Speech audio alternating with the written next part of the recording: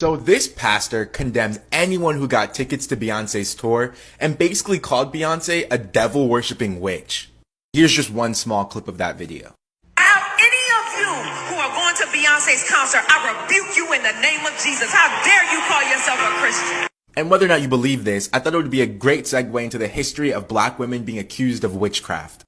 Now, historically in our country, to be accused of being a witch, you don't actually have to do something particularly evil like the ones in Disney movies. Instead, all you really have to do is practice any religious traditions indigenous to Africa or the Americas. And this is really because of white supremacy and Christian hegemony.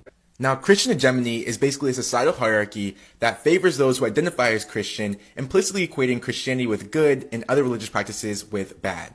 And because in many of these indigenous religions, women play significant spiritual roles, black women have always been unique targets of this form of discrimination. Like in New Orleans, where Beyonce's family comes from, black women would be targeted and arrested for practicing African-derived religions. And the effects were even more widespread in Haiti, where the US would use media caricatures of priestesses to justify their invasion in the early 1900s. Now, at least one reason why people call Beyonce a witch is because she seemingly takes artistic inspiration from West African-derived religions.